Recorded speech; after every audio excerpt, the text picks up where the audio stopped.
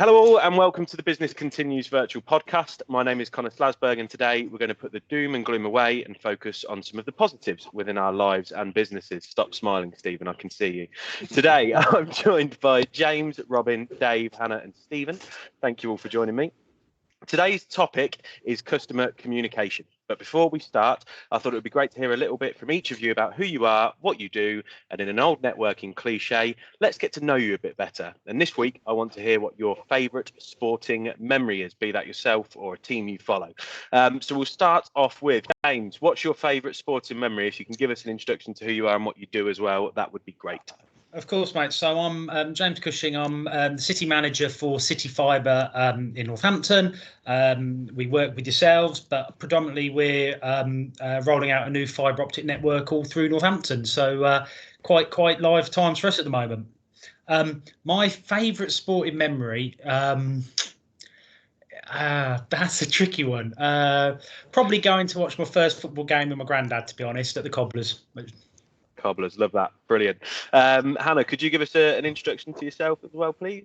Yeah, sure. I am Hannah Brady, and it's a bit of a weird one for me to describe who I am, because I'm actually right in the middle, amidst this pandemic that we're dealing with, of setting up my own business. So I am officially a business owner as of a few days ago, and I'm starting a marketing services agency with my mum. So basically we'll be supporting small to medium sized businesses with any assistance that they need with their marketing, essentially. My favourite sporting memory has probably got to be a personal one in terms of something that I did, and that was running the London Marathon. I think Steve will probably relate to that one as well as an athlete himself. But yeah, it was just a real big personal achievement for me, physically, mentally, the lot. Awesome. Steve, I forgot to mention to you beforehand, but you're banned from talking about the Iron Man, if that's on your plan. Dave, would you like to give us a quick intro if possible? Yeah, right. James, I am the managing director of a company called 146. We also house the Northampton Online magazine, which we've got a team there that runs that. We're a digital marketing agency. We build websites, we run ad campaigns with social ad campaigns, and we make sure people are getting known online, whether it be organically or paid. So that's us in a nutshell. Favourite sporting memories. I've kind of got two, like a sporting memory that sticks in my mind more than anything, and one of them is my favourite one. One has got to be going to watch Aston Villa play in the Coke Cup. My I think it was against Leeds, and Carboni scored his final goal. Was We're suffering a bit of connection issues there, Dave. I heard Aston Villa and then it cut out, unfortunately. I don't know if you want to try giving us the story again. Can you hear me okay now? Yes, better. So I think my favourite memory has got to see Aston Villa play. I think it was the final of the Coca-Cola and in Leeds, and Carboni got a hat-trick, and he scored his final goal from almost a halfway line. Fantastic day. And then I think we got through to the. I think we won the cup that year, but so I can't remember. Memory that sticks in my mind more than anything. Now I'm a big golfer, and I've been to go and see the Open Championship times, and me and some friends were up at Brady in Scotland about 7-8 years, and I remember standing on, I think it was the fourth tee at Turnberry, and it was quite a small tee.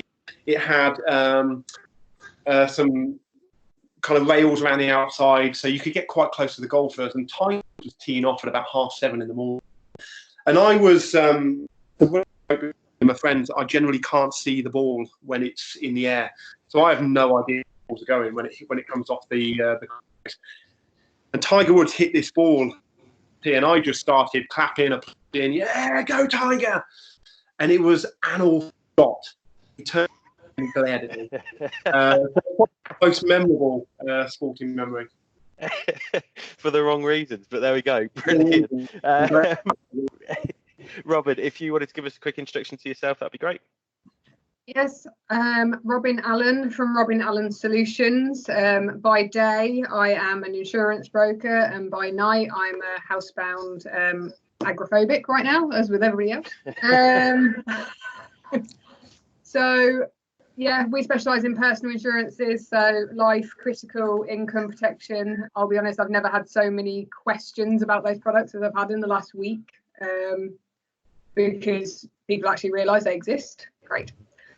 Right, sporting memory. I was sat here when you sent the question through, Connor, and I kind of went, "Ooh, what? I like sport. I'm sporty, but I don't follow very much." But I think mine had to be London 2012, the Super Saturday. I did athletics growing up, so watching Jessica Ennis get her gold was incredible. Greg Rutherford, because I used to be a sprinter and a long jumper. It was just an incredible feat to watch. And Mo Farah, I don't know how anybody runs more than about 3 seconds. So, yeah, hats off to the marathon runners, because I am doing it. Yeah, you wouldn't catch me doing a marathon for Toffee, but there we go. And last but not least, my colleague, Mr. Stephen Harley, if you'd like to give yourself a quick introduction. Yeah, Harley. I am the pre-sales director at ACS. I was going to say here at ACS, but this is my house. And I look after our team's line in solutions in the IT world around customers' need, making sure that they work. You'll occasionally see me do the odd demonstration and event, typically on Teams. So yeah, I mean, that's what I do day in, day out. Favourite sporting memory. Connor's banned me from speaking about my favourite sporting memory, so I'll go with my second favourite. My second favourite is the Formula One World Championship in 2009, more specifically Brawn GP, which I think is quite apt for the time at the moment. In 2008, at the end of that season, Honda, as the team was then called, pulled out of the sport, leaving what became Brawn GP, hundreds of employees in a real hole, and worried about their jobs, etc. And Ross Brawn stepped up, created the team out of the ashes there, and they had a fantastic product, fantastic solution in their car, and they went on to win the World Drivers and Constructors Championship that from near disaster. And today that team is now Mercedes, who have won the last 6. So I think there's a lesson there for us all, that in our darkest hours, great things can follow from there. And that's my second favourite. Very nicely put. And I will also add that Stephen Harley last year completed an Ironman challenge. The reason I banned him I was don't in the office. speak about that. Don't know why you brought that up. And then I'm Connor Slasberg. I'm a technology consultant for ACS. Favourite sport and memory. I'm a Liverpool fan, so it either has to be the Champions League final against AC Milan in 2005, which was just crazy to watch. Probably my first real football memory. And then beyond that, last year was pretty good as well when we came back to beat Barcelona. So that was pretty special. So that's my favourite sporting memory. Thank you all for joining me again. We'll jump into our topic, which, as I mentioned earlier, is customer communication. So I've in an increasingly remote world where technology is at the forefront, I want to understand what works for yourselves and for your businesses when it comes to communicating to customers and prospects alike.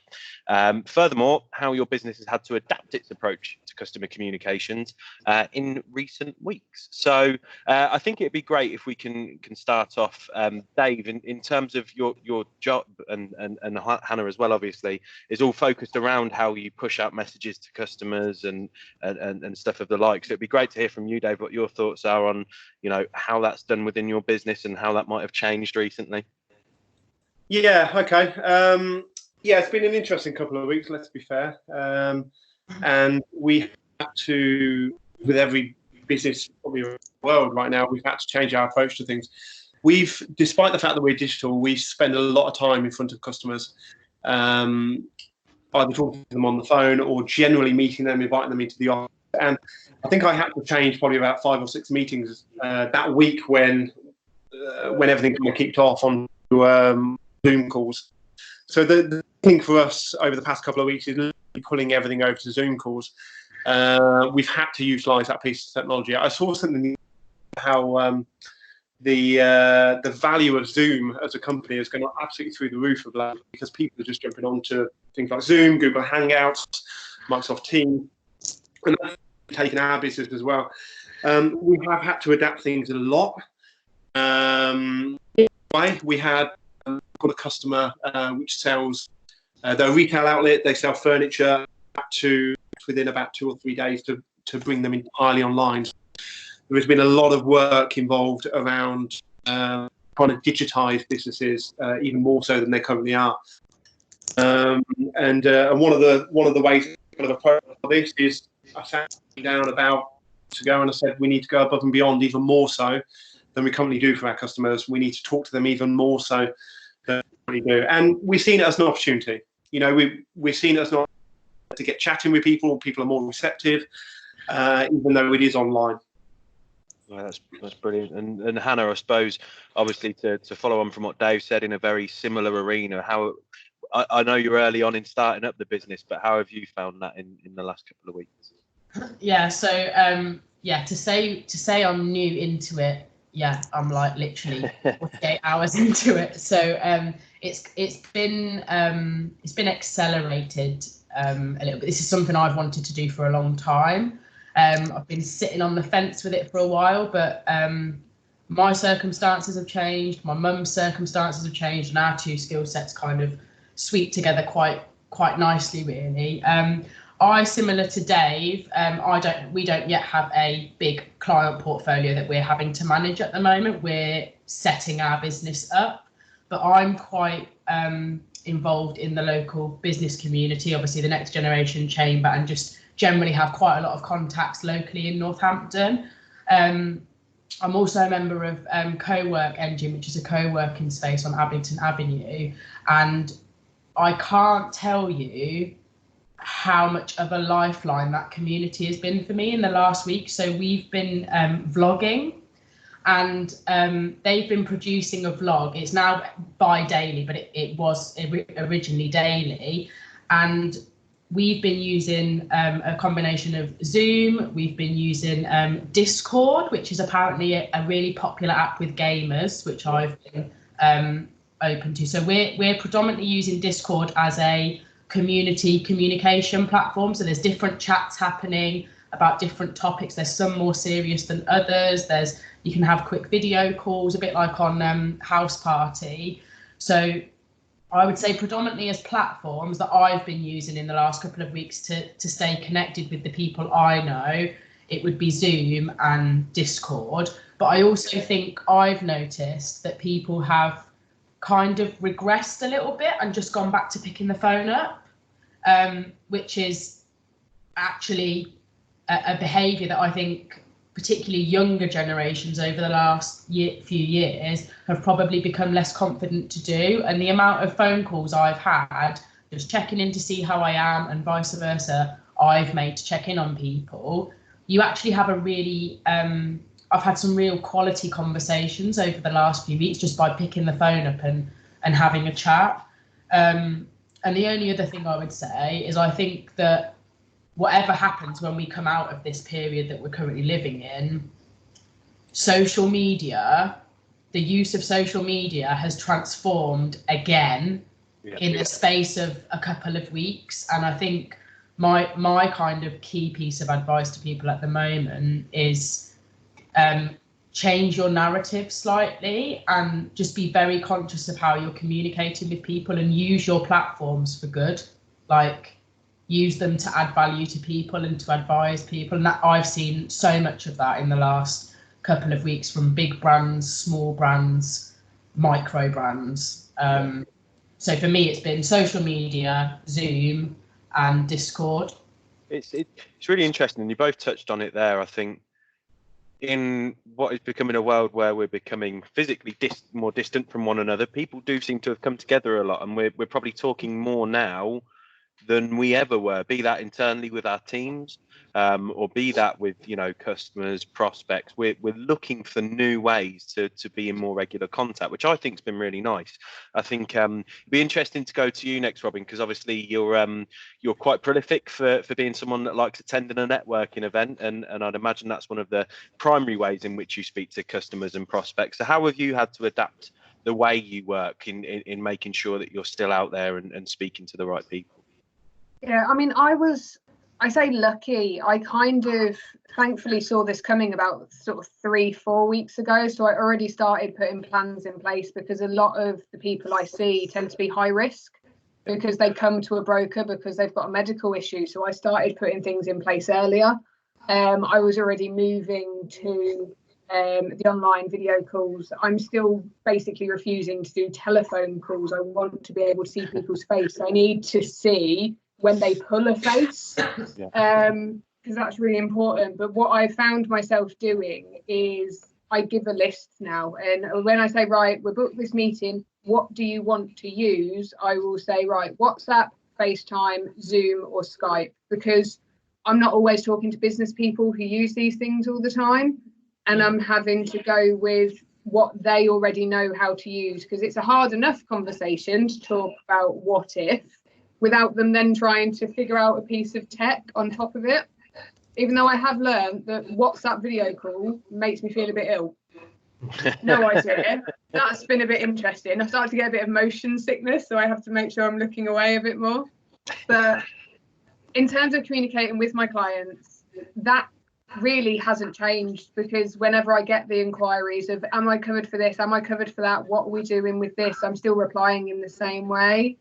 And it's quite funny what Hannah was saying. I'm that annoying person that someone will send me an email, and if it requires more than a few word reply, I pick up the phone, because it's just a much more time effective way to do it. I'm like, right, I'll pick up the phone and ring you while I do something else. So, but for me, it's been the luxury of time, because as you said, I'm not on the road anymore. I'm not at 5 networking events a week. So I've had time to get all my ducks in a row. My office is tidy. Like, and as something comes in and I'm ready to reply, I'm not missing stuff. So I do think this is going to be heavily integrated into the business moving forward. Yeah. It's been refreshing. It has. I was quite vocal at the start about not enjoying the homework working side of things. I'm not the most quiet and introverted of people, so being out of the office was a challenge. But there have been positives that come from it, and like you say, the time management, the new ways of working. You know, you learn some good skills that will inevitably follow through, regardless of when this is all sorted, and will stand us in good stead. James, I hope you're getting ready to answer a question here, because I think everyone's teeing quite nicely towards your connectivity piece. But before we get onto that, I was just looking at the demand figures. Brilliant. Before we get onto that, Stephen, obviously we work in the same business. We're in an industry where, you know, we have value to offer in terms of communication platforms. What have been your thoughts on, one, how we communicate to customers, but then two, how we can add value into customer communications? It's been really interesting. I mean, for the last couple of 3 years as an organisation, we've been banging the drum about collaboration. We're talking about Teams, and before that Skype and those kind of tools. And it would be fair to say that even our own adoption of it has been at a relatively slow pace. And so we've been using Teams now for over a year, but we were using it on the side, it would be fair to say. And what we've seen over the course of the last 2-3 weeks, that it's become our primary communication tool. It's how we're keeping in touch with our own people, but it's also how we're talking to our clients. And very much as Robyn said, video calls are by far my preference at the moment. And the big thing I have seen has been that those generations that have previously shunned using it have had to embrace it and have done so.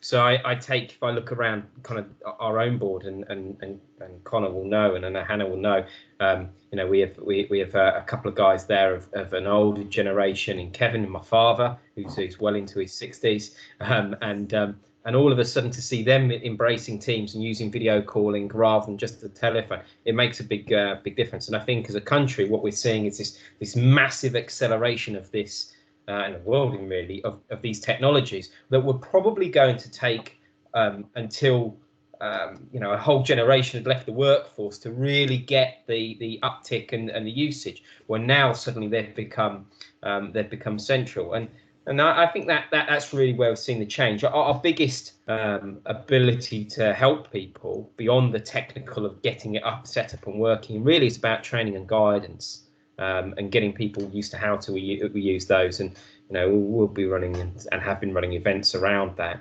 But having the right training content, having that right guidance is going to be key for our user base and our customers moving forwards. That's brilliant. I touched on this again in the piece I did on Friday, which talked about cyber security, and you briefly touched on it there. And that we've rushed people to adapt these technologies, and it's had to have been done. There's no two ways about it. And then I think the piece that follows on from that is how to use them in the right way, and that change management piece. Unfortunately, whilst the time hasn't been there to properly understand how we do that in a lot of cases, it's massively important as people are starting to adopt these technologies that companies are making it understandable and consumable, the technology that sits behind it. I think that's been really important. I don't know what your thoughts are on that.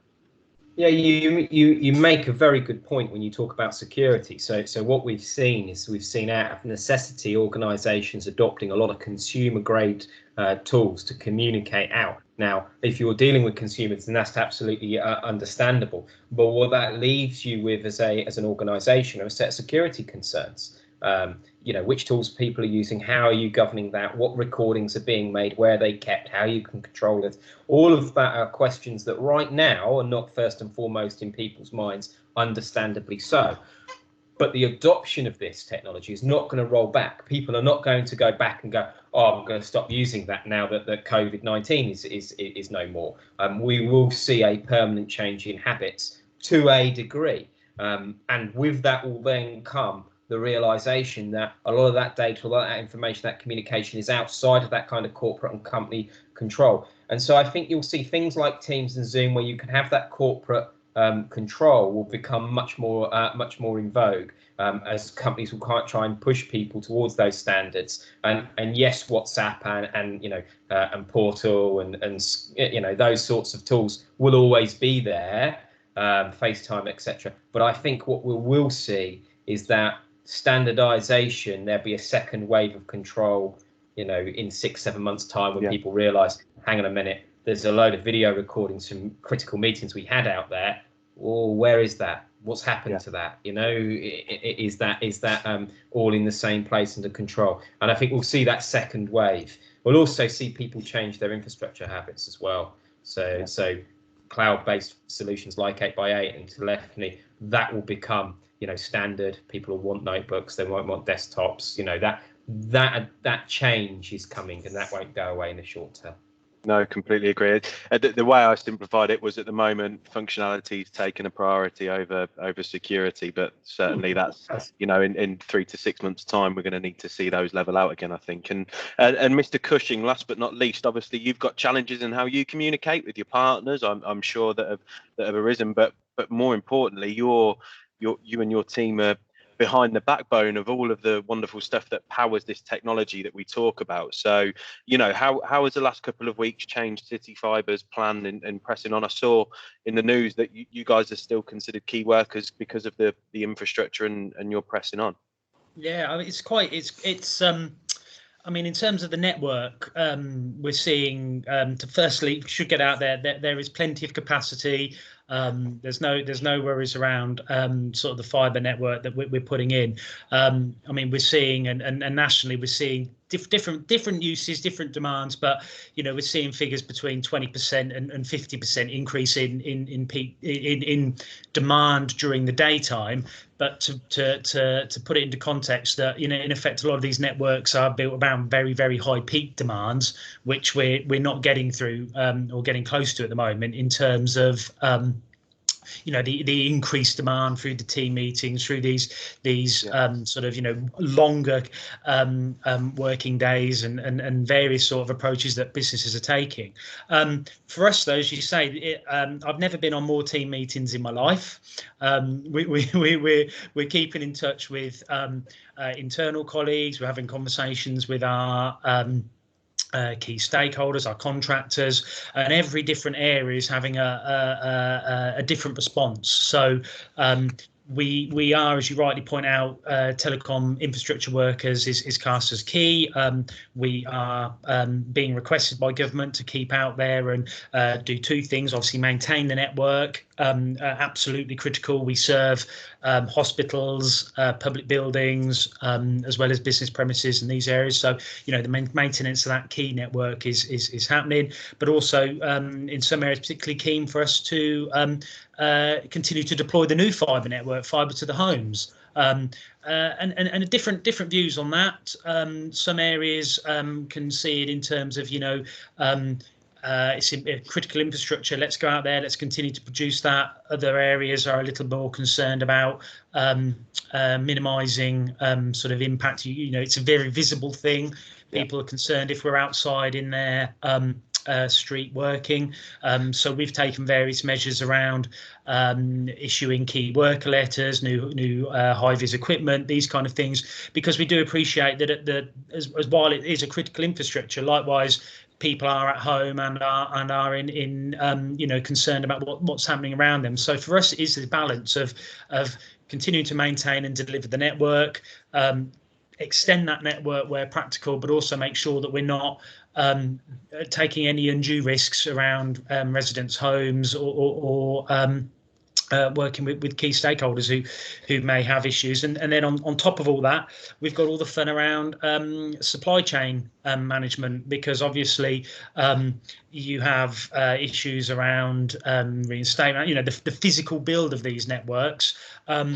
Even though we may be classed as key workers, are all of our supply chain in that position? So it's quite a multifaceted program that's going on at the moment.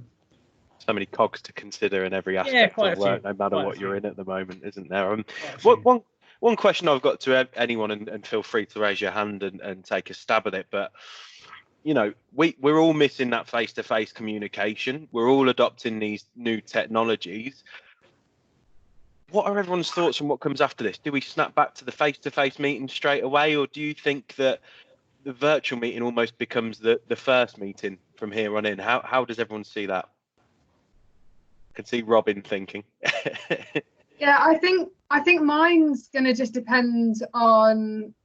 I think I will utilise this a lot more. Normally, I see clients for at least 2 meetings. I must admit, I've gone to a 3 appointment process with not being face to face. It's no more time. If anything, it's still less with less travel. But I now think we might adopt maybe 1 face to face. Let's go more probably with the client once this is over. If they insist they want someone to come and see them, happy to. But if they're also happy to sit at home in their pajamas while I'm in mine, I'm also fine with that. Yeah. So I think for clients that, and for networking, I think there's going to be an initial influx of everybody running into the room and going, oh my God, a human. But then we're all going to go, oh, it's really annoying having to get up and travel. Yeah. So again, I think it's going to end up kind of a bit 50-50. There's arguments for both. Yeah. Anyone else want to take a jump at that one? Yeah, if you don't mind. I think Robyn's absolutely spot on. There needs to be, and I think there will be, a balance. I think things will go back the other way slightly. I still think face-to-face meetings are so powerful. Like you said, Connor, it might be one of those things where the initial meeting will be virtual. Take out hours worth of travelling for something that might actually come to anything. So I think there will be a balance, but I certainly think that this will be utilised more so moving forward. Yeah. I think from the experience I've had with it so far, I mean, I've had a couple of meetings that have been booked by the lads in our office, and they're doing some great work and still, going out into what is a tough market and finding new opportunity. But I've sat a couple of virtual meetings at a new business meeting, and they're great. The one thing I notice in them is that you almost feel like that the length of time that you can sit in front of someone at their desk and have that conversation is drastically reduced over a virtual meeting, because the attention span's not quite there, maybe, or it just doesn't have that same effect. So I'm similar with Robyn in that I'm, rather than doing one long meeting at the start, I'm breaking them up. But the main thing for me is I think this will make face-to-face meetings a next step in a sales cycle, rather than just being a given at the start of it. I think they'll be used to move things forward with a customer. You have those virtual meetings, and when there's a real need, right, now let's come in and speak to you. Because Steve will attest, whenever we present a managed service, and whenever's reasonable to a customer, we get them into our office so they can see our environment, get a feeling for it, understand, you know, whether we're a good fit for them as much as they're a good fit for us. And that's a real big part of it. And I had one last Thursday, and they couldn't come to site for obvious reasons. But it still went really well. There was still, you know, the opportunity to demonstrate that value. We might not have had the on-site element of it, but this technology allows us to do pretty much every part of those face-to-face meetings that we once did, and I think it will really change how we work. But no, certainly, thank you very much for all of your opinions on that. Oh, sorry, was there someone speaking up then? Just add something. I don't know if anyone else has had any conversations around this, but the one thing I think will really significantly change off the back of this, I think people will be a lot more selective about what they go to physically, and what networking events they choose to go to, what face-to-face meetings they choose to go to. Because I don't know about anybody else, but there's something about kind of being forced into a situation where you are more isolated and you are given more time to reflect and like tidy your office and do those kind of things, that makes you stop going through the motions. So a lot of people, Monday to Friday, 9 to 5, just go through the motions, and they are trying to get through their week. And I think situations like this that push us out of that at force and without choice really make people stop and think, right, what am I doing? Why am I doing what I'm doing? And what's actually moving my business forward, or what's actually helping me win today or achieve what I need to achieve today? And I think there'll be a lot more focus on how we are productive, like when we come out of this, not just, oh, I've got to go to that networking event because I need to be there, I need to be seen there. I think we will all become very, very much more selective about what we do. I don't know if anybody else agrees with that or disagrees.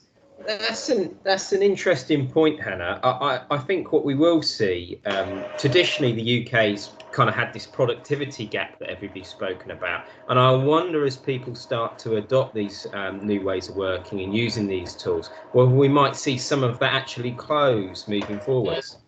Yeah, I agree. I mean, to some extent, some of the technology for the systems that we're using is already in place, and you've been seeing for quite a while. When you look at things like the ONS internet surveys and everything, you know, you're seeing constant sort of growth in homework and in use of these. But I think there is this choice, as you rightly point out, that in effect I think we've been forced into situations to use these that they've worked, they've proved that they're there, and you now have a much bigger choice about, okay, is it the best thing for me to do to go to this network meeting? Can I meet this client over things? You've got a bit of tool bag to choose in what's right for the client. And you know, I think from our side, certainly what we're fully expecting and seeing is, you know, people are re-looking at their connectivity options and choices to make sure that they've got that toolkit and tool bag ready when they need it. Yeah, I think this all raises another question around one of the things this has brought from my perspective to attention is the trust element when it comes to staff. So whilst we've always had the tools there to work from home, and a lot of businesses like to say that, you know, we allow staff to work from home, there's always been that air of you know, we don't have the same visibility as we do in the office. Now that's been forced, I think, you know, employees beyond this point will have much more of a valid reason to go, you've seen the productivity I have at home, can I please look at exploring working from that? I know certainly from my perspective, and Steve, I've not had a chat with you about this yet, but I can see after this, I never thought I'd want to work from home, I'm completely honest with you. But what I do envisage after this is that I will probably find there are maybe 2 days a fortnight, where I will want to have that ability to sit at home and crack on with some more of the admin focused tasks. And I think there's going to be a real culture shift in how staff talk to their leaders around how that works. Yeah, I think you're absolutely right, Connor. I think the other thing that we've seen over many years is we've seen people have had the right to request flexible working or home working for some time, and a lot of businesses have been quite reluctant to grant that, except for very senior personnel, on the basis of that perceived lack of trust or their ability to work effectively. I think it's going to be very interesting, because I can't imagine that there's going to be many people that are presently working from home that aren't going to be able to go back into their employers and go, I would like to work from home, but here's my flexible working request. And businesses have any grounds for refusing it anymore. If there are people that at the end of this who aren't completely and utterly sick of being in their homes with their families over the working day, I think that push is going to be much bigger, and I think you'll see it. The Scandinavian countries have a much higher preponderance to this and have better productivity because of the weather, because of the nature of their the way that their countries are and where they're located. I think we'll see much more of that, and that's why I think again there's an opportunity here for that horrible phrase UK PLC to bridge some of that gap against some of our international competitors. I've actually had that conversation today, which makes it really interesting, because I have Jasmine who works for me doing admin, and she's always been in the office, and we always felt like she needed to be there because she needed stuff, and she's been working from home all of last week. We've actually changed her working pattern, that it works better for her to give her more structure in the week. And I spoke to her today and I said, look, I think this is it. I think other than the couple of bits I might have to do myself, there's now so much more I can give you. Yeah. Ironically, it's actually worked out better that way. So I think we've already made the decision, bar the days where she has to come and physically do something, she'll probably remain at home. Yeah. If you can give the people that freedom and the workload allows it, then certainly moving forward, I think that's going to be adopted. I think what I view is I wouldn't want it to go too far one way, and that we almost push away from the office and say that we want to lose that environment, which I'm sure some businesses will, after this, whatever long time frame it is, will be looking at as a potential. But I do think there's a lot of merit in, having a team close together, and I think a balance is going to need to be struck. I can see Stephen's wanting to add to that. Yeah, I think you're absolutely right, Connor. The people underestimate how much of a social creatures that we are, and home working sounds fantastic until you're doing it. So it's all very well. I used to, as you indicated, shut yourself away once or twice a fortnight just to do some work or to get a tender or a large proposal done, and that becomes quite isolating quite quickly. At the moment, we've got a lot of chat going on because everybody's in that position. I don't think the office is dead by any stretch of the imagination. I think we need that space. How we use that space and how often we're in it and what that space looks like, that's going to evolve. I think I think like what you said, Steve, earlier about how things are going to look and how generally the workplace will change is a bit like with the technology. Some of the generations that are currently in the workplace who've been slow at adopting these technologies or a little bit resistant to adopting them and not really seeing the benefit or the purpose of them have now been forced to and are like, oh, okay, this is brilliant. I think the same will happen with some of the workplace design trends, for want of a better word, that everyone's talking about. And actually, if you listen to how we've all communicated today, we each as individuals either work for ourselves or within businesses, but all of our businesses have different needs and we've all had to adapt differently to the circumstances. I can seriously see more people going right the way back to user-centered design. Forget about what Google does, forget about what Airbnb are doing in their office or what WeWork are doing in their offices.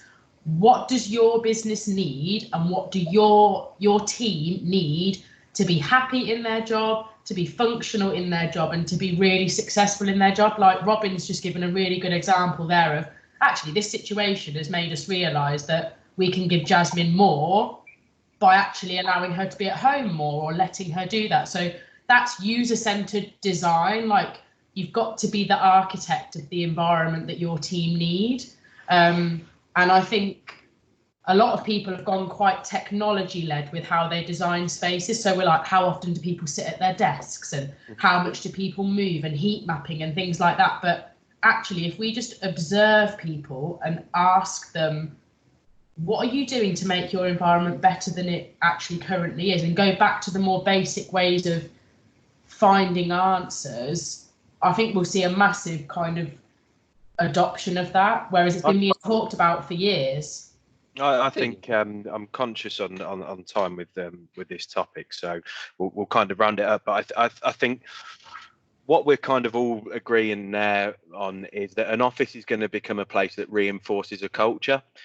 There'll need to be a driver for people to return to the office after all of this, and we're all in agreement that we're not going to spend as much time potentially in the office as we did previously. So when people come to that office, it's there to reinforce, this is who we are as a team. These are our values. This is what we stand by. This is what we want to deliver to customers, so that when people do go back and work from home, that they're in that mindset and they understand why they're part of that business, and it reinforces that side of it. So certainly, I think that's the way we're going. But look, really appreciate everyone telling us a little bit about how customer communication and by and large, the internal communication's been over the last few weeks. I found it really interesting. I think what I wanted to do, just to open up the opportunity, I'm sure everyone's got a lot on their mind. So if anyone has a question or a challenge that they've faced in the last week or so that they wanted to raise to everyone else for a bit of advice or a bit of feedback, now's your chance. Is there anyone that wants to share something they've seen in the last week or two?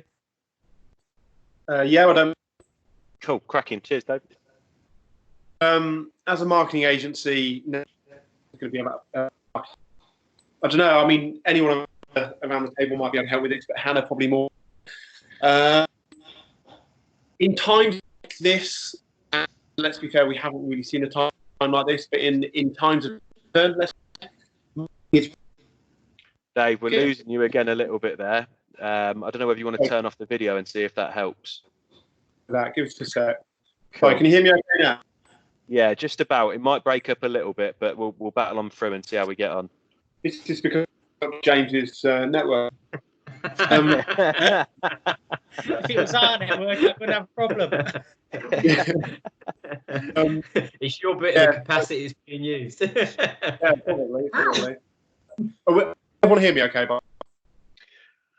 Just about, Dave. It's breaking up. So what I'll say, if you want to type it all out as we got a message just come through there. If you want to type it out to us, I can read that one back on for you if we're struggling to hear you. How does that sound as a plan? Good to go. Can I ask you? I think it might have been linked to where Dave was going on it, but one of the things that we're looking at that we've done at the moment is we've got a kind of a mix of resident communication. So obviously we do a lot of letter drop, door knocking. Part of it's required as a statutory undertaking for construction works, but also we're now looking very much at, okay, this is making us look at how we can change our kind of communication and marketing programs. So I suppose where we're really interested, or what I'm trying to do locally in Northampton, is, okay, how do I take away or move away from perhaps what's been quite a costly exercise around, letter drops and door knocking and these kind of things to raise awareness, actually to using some of the social media, using some of these kind of opportunities that this is arising to really get into that local area. So it's that kind of, we can do broad or traditional kind of marketing and advertising, but what I want to get to is that almost resident premise level sort of awareness and relationship. Yeah, I think James, what you're probably looking at there, because are you talking about contacting residents? Yeah, you probably want to look at Facebook, because you'll probably need to put a little bit of budget behind it if it's possible. But with Facebook advertising, you can get really niche into who you're targeting geographically, demographically. You can really nail it right down to who you want to target and specifically what message you want to get across. I don't know. Do you guys have a marketing team in house that can help you with that, or if not, I'll be we're looking at some Facebook sort of, like, exactly as you point out, some of the really targeted Facebook sort of views. But we're also mindful that it's how you put that mix together. So in some areas that we're going into, that will absolutely be the best sort of mechanism. In others, it may be that we need to kind of look at people that perhaps have less access online, perhaps a little bit more digitally excluded, some of that kind of side. So it's that kind of how we get that correct mix put together, which is where we're looking at the minute. Yeah. And just to, sorry, Hannah, just to, Dave's just messaged through. I thought I'd read it out, and it is kind of a natural progression from what you're talking about, looking at different ways to attack marketing at the moment. Dave's put, marketing is one of the things that is knocked on the head first in times like this. Brackets, worryingly so, in my opinion. What I want to know is how others are using this time to increase brand awareness and increase lead gen, or should it be something that is scaled down? It's a really good point, I think, Dave. And we as a business, so we've got two young chaps in our team who predominantly at the moment are in telemarketing. They're doing the lead gen. They do a lot of the door knock nurture campaign stuff that James has just referenced, where we go to businesses' doors and leave literature. You say about it being scaled. Should it be scaled down? I think, if anything, this is a time for us to do it in the right way, but to put our names out there even more. Our lads are still on the phone. They're still booking meetings. Granted, probably not in the same traditional "what are we going to sell you" sense as we might have done before, but we're still booking in meetings to have those conversations, which in time will still lead to opportunity. I think it's less about scaling it down, personally, more about, as we've already touched on, a different way of doing it, investing the time in different areas, and looking at resource, where you can find that in abundance. Again, I'll open that up to anyone. Any thoughts, Robyn, Steve, James, Hannah? Yeah, I'll be really honest with this. 2.5 weeks ago, when this all started properly kicking off, the fear started to set in, and my initial thought was, right, I need to do posts and tell people they must review their insurance and all of this. And thankfully it was half a second, and I went, no, stop. This is not what you do. My thing is, I go out, I go networking, I'm on LinkedIn sometimes, and my line is always, I'm always there. When you're ready, when you want to talk about it, here I am. So I went, that's what I'm going to do. But rather than people see me networking, they'll see me in videos. They'll see me posting. They'll see me being more active on LinkedIn. I'll make sure that the networking groups I like, that certain communities need, are still there. And I'm always open to help. I'm always on the end of a phone to listen or to give an idea. Ironically, I've been business mentoring my personal trainer, because he was in a gym and now he's at home, and he kind of went, oh. Yeah. So we've been working through that. So a lot of people reacted to the fear and the panic, and if you can stop and get over that, then, like you said, Connor, it's just the adaptation and making sure. And ironically, I've actually got more time to plan my social media. So there's no sales and marketing. There's a lot of harmony between the two in what we're both hoping to achieve. And I certainly feel like in my role, I'm still working on opportunities, which is great, but I've certainly had to switch on a bit more of a marketing hat myself and become aware that this stuff's great for me because it gives me a distraction and people to talk to, which I absolutely love. But on a business sense, this is increasing brand awareness, and this puts us in front of a new audience. And you've got to be aware of those kinds of things. And this isn't necessarily costing me anything to do, but it's a nice way of making those new contacts, which inevitably over time will pay off. Stephen's having a bit of a BBC One in Korea moment there. But yeah, Connor, I was saying, Connor, you're actually seeing. I mean, like we. Robyn talked about LinkedIn and those kind of things, but actually you're seeing so many posts around the level of support that's available, like through the local growth hub or the sort of range of government grants and things that come through. Just you are seeing that, as you said, that kind of business community going out there and pushing that support that is available, or people coming out with new products to support various sort of things. You are seeing that already happening as around that kind of brand awareness, support awareness, and that's only going to sort of hold those businesses that do it in good stead. 100%. Yeah, Oh, sorry, Hannah, go on. Sorry, I was just going to say, I think from a marketing point of view, I'm going through my own personal journey with this whole situation at the moment. But anyone that's asked me, anyone in my network, my advice would be, whatever you do, don't stop marketing. I know that's very easy to say when you're in marketing and it's your profession, but my attitude to this whole situation, I'm starting a business in the middle of a pandemic, and I'm starting a business from zero. So I don't currently have a pool of clients to turn to. So my strategy has been, how can I help you? And when I say how can I help you, I don't mean how can I help you for this amount a week or this amount a month. I mean, I am here as a human being to help you at no cost during this time, because it's not about, all I would say is, it is not about selling your services. It is not about selling your products.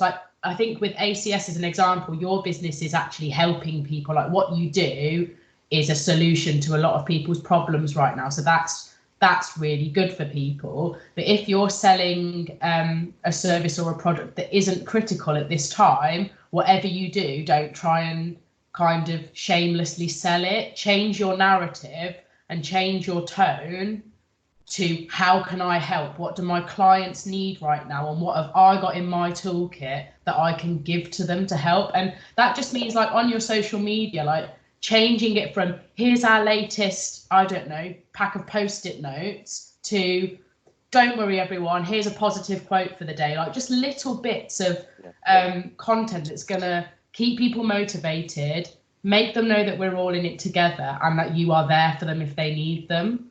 That is how I'm advising people, because I just think that's all we can all do for each other right now. Quickly, Stephen, if you've got something to add there, quick. I mean, I'm no marketeer, so guys, I can't speak with any great knowledge on this subject. But what I would say is that now's the time for that genuine communication, that genuine post on LinkedIn and Facebook and Twitter, and it not being a push hard sell. What this should be is this is the moment to say, this is who we are, these are our values, this is what we're trying to achieve, and we're going for it, and we're going to go for it together with you all. And I think that's got to be far more effective, as Hannah says, than going, can we come and speak to you about your office refit or your office refurb or your technology refresh. It really does need to change tone. But as I say, I'm no marketeer. That's just what I would respond to better at this moment in time. Yeah, I've said this in all of my videos so far, and it seems to ring true in everyone. And I actually got some nice feedback on it this week. But I had it first week this happened. I had a call with a prospect, and just a chit chat. Didn't ask about the specific solutions at all in any detail, but their words were, the people that help us and guide us through this time are the people that we'll be working with when this all blows over. I think everybody has to have that in mind. Not as many as I thought I might. Everyone's seen the odd post which looks like it's trying to capitalise on the scenario a bit, which is going to happen in this environment. But generally, in the main, James, as you said, we've seen the community come together. We've seen people offer out, help where they can. I just hope this kind of attitude carries on beyond this, and people, look after their communities. Dave, I'll ask you quickly. Does that answer your question? It does. Can you hear me okay, by the way? Yes, we can hear you there. Perfect. I've moved. good. Yeah, no, thanks so much. It's a tricky one, because I've got an opinion on this. Being a marketing agency, we don't think in any sense of the word marketing should stop. In fact, you should ramp it up at times like this. But Hannah's absolutely spot on. You should change the narrative.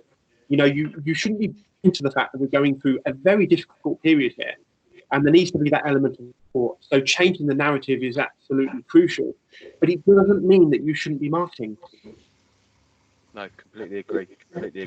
I think we can all, regardless of whether it's a specific solution or a product, that brand awareness piece right now is absolutely critical. And that, focusing on that, in my opinion, not a marketeer, but focusing on that, means that when this all ends, you know, your name is right there at the forefront of whatever industry you're in, and if you've demonstrated yourself in the right way, you'll be the people that people within this community want to work with. So no, thank you for that. Really, really good one. I think to close up today, same as I did last week, I thought it'd be a bit of fun to do a tiebreaker style question to the group, with the winner assured to receive a high five from me when this all blows over. Be that at a networking event or at ACS House, should be more than welcome.